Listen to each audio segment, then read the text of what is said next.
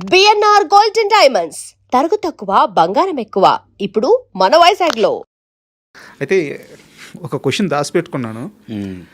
ఇండస్ట్రీలో biggest hero ఇప్పుడు మనకి ఇండస్ట్రీలో ఒక హీరో ఉన్నారు. ఆయనకి మీకు ఎవ్వరికీ తెలియని, అది స్నేహం అనాలో అసోసియేషన్ అనాలో అనుబంధం అనాలో తెలియదు, కానీ సినిమా సంబంధం లేకుండా మీ ఇద్దరి మధ్య ఆ జర్నీ ఉంటుందంట. చాలా తక్కువ మందికి తెలుసు. ఒక బిగ్ హీరోనా? Big family. Big family Ram Charan గారితో చరణ్ బాబా. అవును, నెంబర్ ఆఫ్ టైమ్స్ కలిసి ఉన్నారంట మీరు.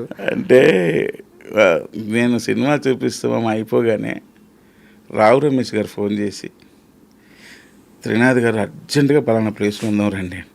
ఎందుకు సార్? చాలా అర్జెంట్, మీరు రావాలి అని అంటే వెళ్ళగానే ప్లేస్ చెప్పారా? ప్లేస్ చెప్పారు. ఇది ఇల్లు అని చెప్పారు. ఇల్లు కాదు, మా షూటింగ్ స్పాట్ ఇక్కడ గచ్చిబౌలి ఏరియాలో. ఓకే. అక్కడికి వెళ్ళగానే అక్కడ రామ్ చరణ్ గారు షూటింగ్ అవుతుంది అనమాట. షూటింగ్ ఇదేంటి షూటింగ్ దగ్గర రమ్మన్నారు, ఆయన ఈ సినిమాలో చేస్తున్నారేమో అందరూ రమ్మన్నారేమో. నేను వెళ్ళినప్పటి నుంచి నాకు ఇచ్చే ట్రీట్మెంట్ మారిపోయింది అక్కడ. ఓకే. ఇదేంటి అందరూ నన్ను రిసీవ్ చేసుకుంటున్నారు, క్యారవాన్లో కూర్చోబెడుతున్నారు, టీ కాఫీ ఏం తాగుతారు సార్ అని అంటున్నారు. ఇంకా సడన్గా డోర్ తీయగానే డోర్ తీసుకొని చరణ్ బాబు నాకు నచ్చి హీరో అని చెప్పి ఇలా పట్టుకొని నన్ను ఇలా లేపి చూసి, అసలు ఆయన ఎంత ఎక్సైటెడ్ అంటే అసలు ఎక్స్ట్రాడినరీ అబ్బా సినిమా, అసలు ఏంటది ఆ సినిమా ఏంటి అది ఇదని ఇంకా మామూలు లేదు. అడావిడి చేస్తారు ఆయన. అదేంటో ఆయన సినిమా హిట్ కొట్టినంత అడావిడి చేస్తారు ఆయన కదండి. అని నేను షాక్. ఒక్కసారి చుక్కుమంది ఒకసారి నాకు.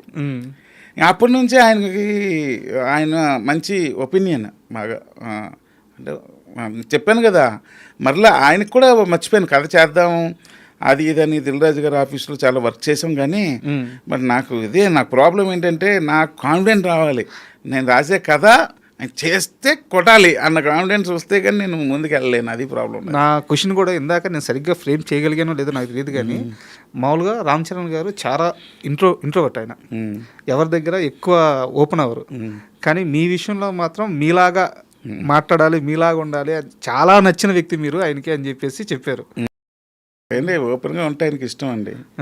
అని ఏమి ఊరికినే బయట కోటిలో ఒకటి ఇవన్నీ ఇష్టం ఉండవు ఆయనకి.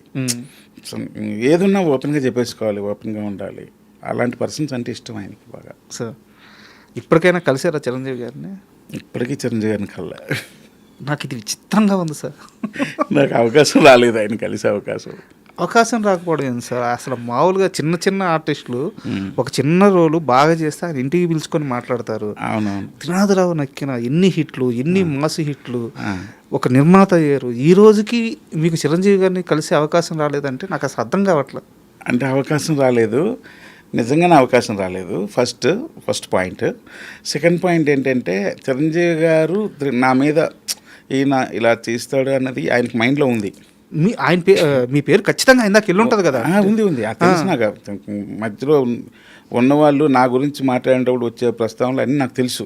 ధమాకా కథ కూడా ఫస్ట్, ధమాకా కాదు మజాకా కథ కూడా ఫస్ట్ ఆయన దగ్గరికి వెళ్ళినప్పుడు మీరు అన్నాక కూడా ఆయన ఓకే అన్నారంట. అవును, మీరు డైరెక్షన్ అన్నాక కూడా. అవునవును. కాకపోతే ఆయనకు ఒకటి ఉంది, త్రినాథరావు అంటే ఇలాంటి సినిమా ఆయనతో చేయాలని ఆయనకు ఒక క్లారిటీ ఉంది సార్. నేనేంటంటే ఆయనకి ఎంత క్లారిటీ ఉందో అంత క్లారిటీ స్క్రిప్ట్తోనే ఆయన దగ్గరికి వెళ్ళాలి కలిస్తే అన్నది నా కాన్సెప్ట్. ఈ ఫోటోలు ఇవన్నీ వద్దు, ఎవరో మీడియేటర్లు మధ్యలో చెప్పడాలు ఏం లేవు. డైరెక్ట్ ఆయనకి ఆ కథలు నేనే నెరేట్ చేయాలి కదా ఆయనకి అన్నది నా గోల్ సార్.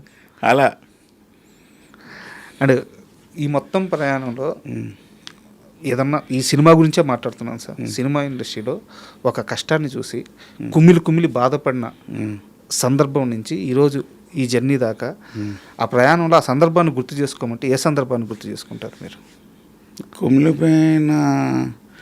కుమిలి బాధపడిన సందర్భాలు చాలా ఉన్నాయి సార్. ఏదైనా ఒకటి. ఎందుకంటే మీరు సక్సెస్ఫుల్ పర్సన్ కాబట్టి ఆ ఇన్సిడెంట్ చెప్తే అక్కడి నుంచి ఎలా రైజ్ అయ్యారు అనేది 10 మందికి ఉపయోగపడుద్ది ఆ ఇన్సిడెంట్ తెలిస్తే. నేను అంటే ఇది ఎప్పుడు ఏ ఇంటర్వ్యూలో చెప్పలేదు, చాలా సందర్భాలునే, కానీ ఒక సందర్భం ఎందుకో షేర్ చేసుకోవాలనిపించింది. ధమాకా అంత పెద్ద సక్సెస్ అయింది కదా సార్. సక్సెస్ అయ్యి ఎవరు కనిపెట్టలేదు కానీ ఒక పెద్ద మనిషి ఇది కనిపెట్టి నన్ను అడిగాడు, అందుకే ఈ మధ్య అడిగాడు. అందుకని సక్సెస్ ఫంక్షన్ గ్రాండ్గా చేస్తున్నారు. ఆ రోజు కూడా నేను స్టేజ్ మీద గ్రాండ్గా చాలా బాగా మాట్లాడి అంతా చేసి చాలా హ్యాపీగా ఉన్నాను, అన్నీ చేశాను. నా స్పీచ్ అయిపోయి స్టేజ్ మీద దగ్గర నాకు కూర్చోడానికి ప్లేస్ లేదు. అంత పెద్ద హిట్ ఇచ్చిన డైరెక్టర్కి నేను చైర్ ఎక్కడైనా ఖాళీగా ఉందా అని ఎత్తుక్కుంటూ ఆ సెకండ్ లైన్లోకి వెళ్ళి కూర్చున్నాను. ఒక మనిషికి ఎంత బాధ ఉంటుందండి అది. అది అవమానం కూడా కదా, చాలా బాధ కదా. అది నేను ఒక్కనే ఎవరు గమనించలేదు, ఫోన్లే ఇది నాతో ఉండిపోవాలని అనేసుకున్నా. కానీ ఒక పెద్ద మనిషి గమనించుడు. ఆయన రీసెంట్గా మొన్న ఎప్పుడు కలిసినప్పుడు, త్రినాథ్ ఒక ఎమోషన్ని నువ్వు ఎలా ఫేస్ చేసావు అని అడిగారు. ఏ ఎమోషన్ సార్ అని నేను అనుకున్నాను, మా పాప పాలు ఏదో చెప్తారులో ఉంది ఇవన్నీ అని అనుకున్నా. ఇది చెప్పాడు ఆయన. అమ్మా అంటే ఈయన గమనించండి, ఇలా చాలామంది గమనించి ఉంటారు ఇది అని అనుకున్నాను. సో అది కొంచెం నాకు చాలా బాధ అనిపించింది. ఆ రోజు కొంచెం ఫీల్ అయ్యాను. బట్ అక్కడ నుంచి మళ్ళీ మీ జర్నీ మీది, మీ ప్రయాణం ఇంకా అంతే. ఆ టైంలోనే వదిలేస్తాను, ఏదైనా సరే వదిలేస్తాను. Super sir. నాకు మీలో నచ్చేది ఇదే సార్, ఇండస్ట్రీకి ఎలా వచ్చారో అలాగే ఉన్నారు. కష్టాలు వచ్చినాయి, పడ్డారు, మళ్ళీ లేచారు, హిట్లు ఇచ్చారు. హిట్లు ఇచ్చిన 4-5 హిట్లు ఉన్న డైరెక్టర్కి హీరోలు డేట్లు ఇవ్వకపోవడం అనేది, లేకుంటే త్వరగా సినిమాలు రాకపోవడం అనేది అసలు జరగదు యాక్చువల్గా. ఎందుకో మీ విషయంలో కొంతవరకు అయితే జరుగుతుంది, దాన్ని పట్టించుకోరు. నిర్మాతగా మారారు, డైరెక్టర్గా మళ్ళీ మీకు తోచిన ప్రాజెక్టులు మీరు చేసుకుంటూ పోతున్నారు. ఎక్కడ దేనివల్ల మీరు డివేట్ అవ్వడం లేదు, అవును, మీరు మారడం లేదు. త్రినాథరావు నక్కిన డే 1 ఎలా ఉన్నాడో వ్యక్తిగా అలాగే ఈ రోజుకి ఉన్నారు. మీ స్కిల్స్ మీరు డెవలప్ చేసుకుంటున్నారు, మీ సినిమాలు మీరు చేసుకుంటున్నారు. ఒక మనిషి జర్నీలో సక్సెస్ అంటే ఇదే కదా. ఎస్, ఎగ్జాక్ట్లీ సార్, ఎగ్జాక్ట్ హ్యాపీగా ఉన్నాను సార్. ఎందుకంటే నా వరల్డ్లో నేను బతుకుతున్నాను. కరెక్ట్ వర్డ్ అంతే.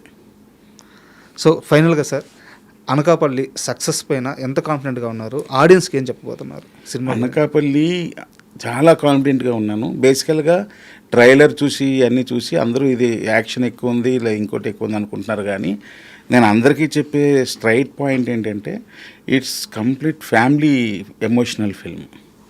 సో రేపొద్దున మీరు సినిమా చూసి బయటకు వచ్చిన తర్వాత మీరు చెప్పే ఫస్ట్ వర్డ్ ఏంటంటే, సినిమాలో ఫ్యామిలీ డ్రామా అదిరిపోయింది అంటారు సార్. అదే హైలైట్ సినిమాకి. సో ఇంకోటి, మేము వేసుకొచ్చిన తర్వాత మీ అన్ని కమర్షియల్ ఫార్మేట్లు ఇలా అయిపోయి అది లేవు అని అంటున్నారు కదా, మళ్ళీ అలా కోరుకునే ఆడియన్స్కి కూడా మళ్ళీ Anakapalli one of the best film. So it's a good experience. Anakapalli అన్న సినిమా బాగుంటుంది, మీకు అందరికీ నచ్చుద్దని నమ్మకం ఉంది. అయితే ఇక్కడ చిన్న డౌట్ ఏంటంటే, మంచి ప్రాజెక్టుతో వస్తున్నారు, ట్రైలర్ టీజర్ అంతా అదిరిపోయిన సాంగ్స్, కానీ మాకు కూడా చాలా పాజిటివ్ వైబ్రేషన్స్. డైరెక్షన్ చేయలేదన్నా?